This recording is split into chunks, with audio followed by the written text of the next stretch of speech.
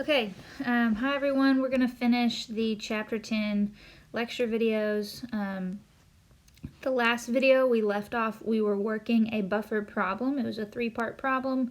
Here's some of the work we did for that. We walked through calculating the pH of a buffer. Then we said, okay, how is the pH going to change if we add some NaOH?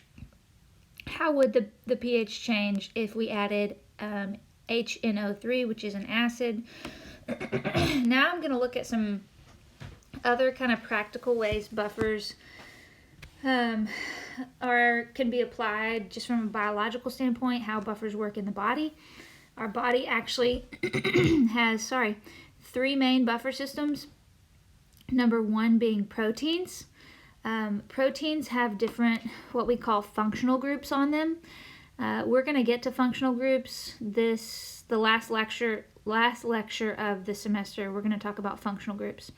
And these are just different groups that can act like acids or bases that are present in chemical compounds or chemical formulas.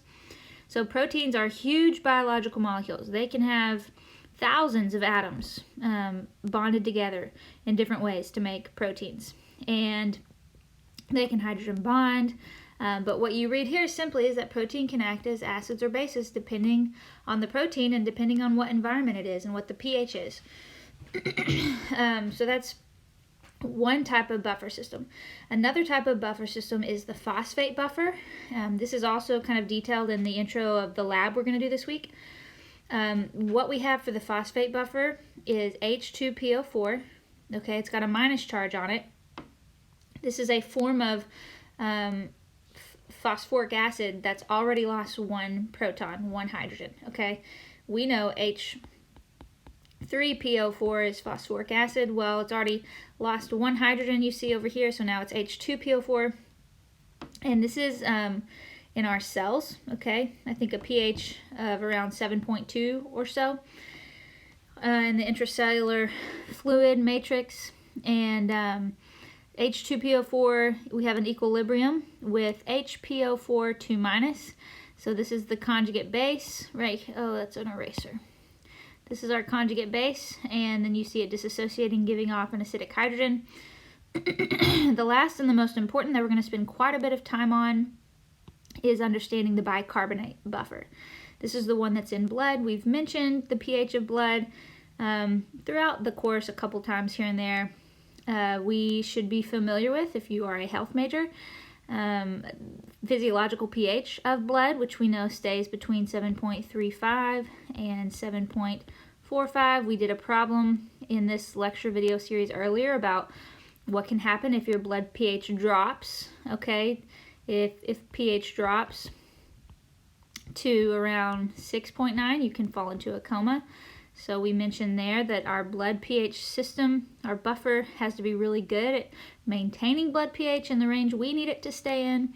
But here is the buffer system. We have carbonic acid, H2CO3, disassociating into HCO3-, that's the conjugate base, and here is the acidic hydrogen. Now, because carbonic acid is unstable, it can also break down into these products over here, CO2 and H2O, okay? And so the equilibrium really has two directions. Don't be confused or really thrown off by this. H2CO3, this middle guy is actually so unstable that he really doesn't even hardly exist. You just see that CO2 and H2O are a lot of times called your reactants, and then the bicarbonate ion and H+ are considered like your products. But this is the overall general reaction. I'm just going to erase so you can look at it clearly. Okay.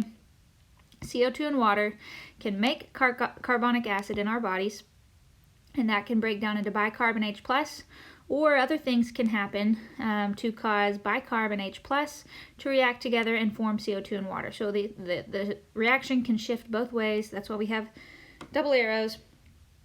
And as we mentioned, this equilibrium is crucial for proper pH balance in our blood. So we're going to talk about some things that can affect the bicarbonate blood buffer system.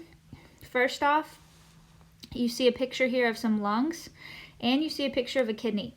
That's because respiration can affect our blood pH, how heavy or how slowly we're breathing. And then kidneys as well. They store bicarbonate and they can release bicarbonate into the bloodstream. And so that can affect blood pH. This is all a Le Chatelier's principle type of thing. So if you need to go review Le Chatelier's principle and remind yourself of what that is, I would pause this video right now, go back to your chapter 7 notes, the very end, and review Le Chatelier's principle, because you're going to need to understand that to get what we're talking about here. So let's look at some ways that respiration and kidneys can affect our blood buffer system. So if we decrease respiration, all right, what would happen?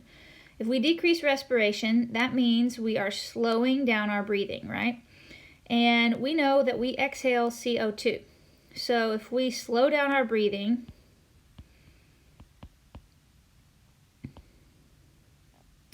then we are going to increase the concentration of CO2 in the blood. Why? Because we're not breathing it out as fast. All right? Vice versa, if we increase respiration, we're going to be exhaling more CO2. So in the blood, we're going to talk about all this from the viewpoint of the blood. We're going to decrease the concentration of CO2 because we're breathing it out. It's getting out of our blood. Okay? All this can lead to what we call respiratory alkalosis, Ka, or acidosis.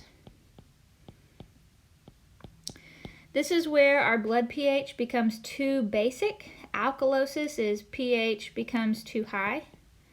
Okay, too basic. Acidosis is where our blood pH becomes too low, too acidic. So respiratory alkalosis is where pH increases because of our breathing. Okay. And I didn't even spell respiratory right. I'm a great speller, guys. Sorry, it's gonna bug me. There we go.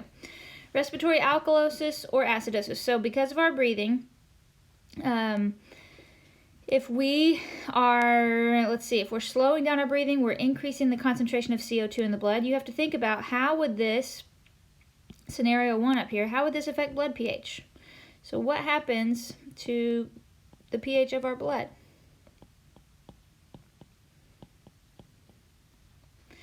In both cases, we got to think through that. And we're actually going to play some scenarios out on the next couple slides. But just know that our lungs, our circulatory system can lead into respiratory alkalosis or acidosis. Now, what about our kidneys? Kidneys can also affect blood pH. So kidney failure can lead to acidosis as well. If we can no longer store or release bicarb, that can create issues, right? Obviously, if we cannot store bicarb and we need to, then what may happen? So kidney failure.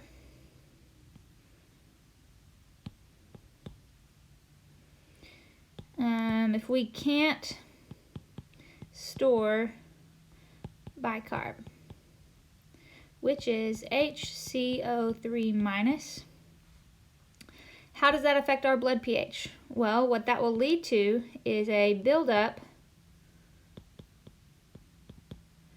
of HCO3 minus of bicarb in the blood. If we need to store it and we can't, if we cannot pull it out of the blood and we need to, we're going to end up with too much bicarb. Think about how equilibrium would shift, okay? Equilibrium would shift to the left here. So equilibrium, actually let me erase that.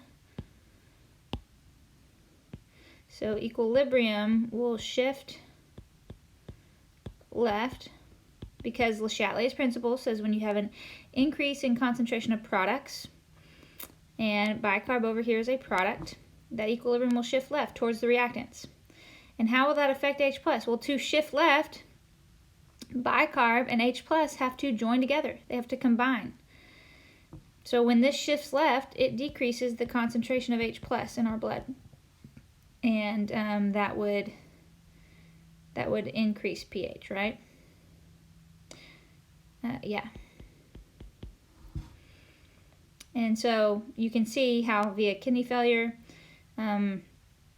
or if our kidneys were pulling out too much bicarb from our blood and we had a deficiency in bicarb, then equilibrium of this reaction would want to shift to the right to try to replace bicarb.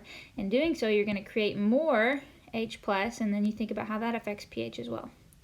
So I'm kind of going to sound redundant here, but we're about to walk through these scenarios, so that's probably why I'm not explaining them super well right now. I want you to know, in addition to your breathing and your kidneys, pharmaceuticals, our diet can also affect blood pH.